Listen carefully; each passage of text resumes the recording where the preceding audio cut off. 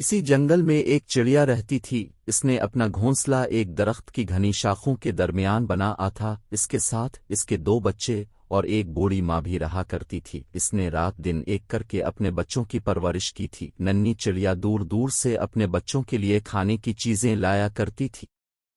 چڑیا کو اپنے بچوں سے بہت ہی محبت تھی۔ وہ دن کے وقت اپنے بچوں کو گھر سے باہر نکلنے نہیں دیتی تھی اور رات کو اپنے پروں میں چھپا کر سویا کرتی تھی۔ اب بچے بھی کچھ بڑے ہو گئے اور اپنی زبان سے چوں چوں چین چین کرنے لگے۔ جب چڑیا کھانے کی تلاش میں گھر سے باہر جاتی تھی تو بچوں کے لیے بہت فکر مند رہتی تھی۔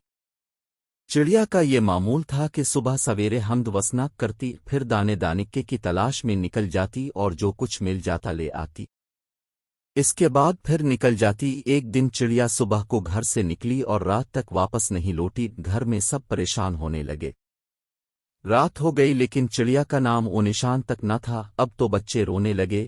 الفادر چڑیا جیسے ہی کھانے کی تلاش میں ایک گھر میں آکر ایک جال میں پھنس گئی۔ ایک بچے نے اسے جال سے نکال کر پنجرے میں بند کر دیا اور اس سے کھیلنے لگا۔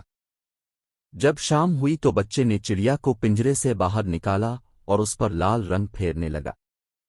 جب چڑیا کا سارا جسم لال ہو گیا تو اس نے چڑیا کو چھوڑ دیا۔ چڑیا نے آزاد ہوتے ہی اللہ کا شکر ادا کیا، لیکن اب تو رات ہو چکی تھی، اس لیے اس نے رات ایک باغ میں گزاری اور صبح سویرے گھر کی طرف چلی۔ یہاں تو ماجرا ہی کچھ اور تھا۔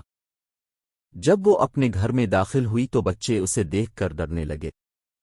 چڑیا نے لاکھ سمجھانا چاہا کہ میں تمہاری ہی بیٹی ہوں، لیکن کسی نے ایک بھی نہ سانی اور پڑوس سے آئی ایک چڑیا نے دھکے دے کر باہر نکال دیا۔ چڑیا زاروں قطار رونے لگی۔ چڑیا نہیں چاہتی تھی کہ اس کے بچے بھوک سے مر جائیں، اس لیے وہ بچوں کے ڈرنے کے باوجود روزانہ ان کے لیے دانہ نکالا کر گھر میں رکھ جاتی تھی۔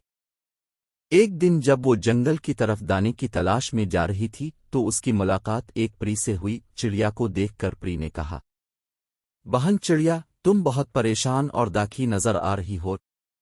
چڑیا نے سارا ماجرا کہہ سنایا۔ قصہ سوان کر پری نے کہا، صبح کو الفاٹے کر سورج سے اپنا حال بیان کرنا، وہ ضرور تمہاری مدد کرے گا۔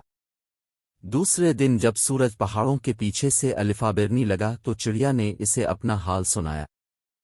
چڑیا کا حال سوان کر سورج کو بھی بہت داکے ہوا۔ پھر اس نے چڑیا سے کہا، کل آسمان پر بادل چھائیں گے اور بارش بھی ہوگی۔ بارش کے بعد ایک خوبصورت قوس قزح آسمان پر نمودار ہوگی۔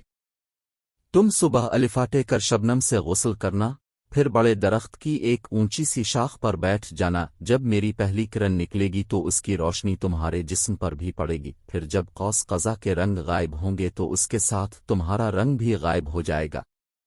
دوسرے دن چڑیا نے ایسا ہی کیا۔ سب سے پہلے شبنم سے غسل کیا، پھر ایک بڑے درخت کی ایک اونچی شاخ پر جا بیٹھی۔ تھوڑی دیر کے بعد آسمان پر بادل چھا گئے اور بارش ہونے لگی۔ پھر قوس قزح بھی نمودار ہوئی۔ جب سورج نکلا تو اس کی روشنی اس پر بھی پڑنے لگی۔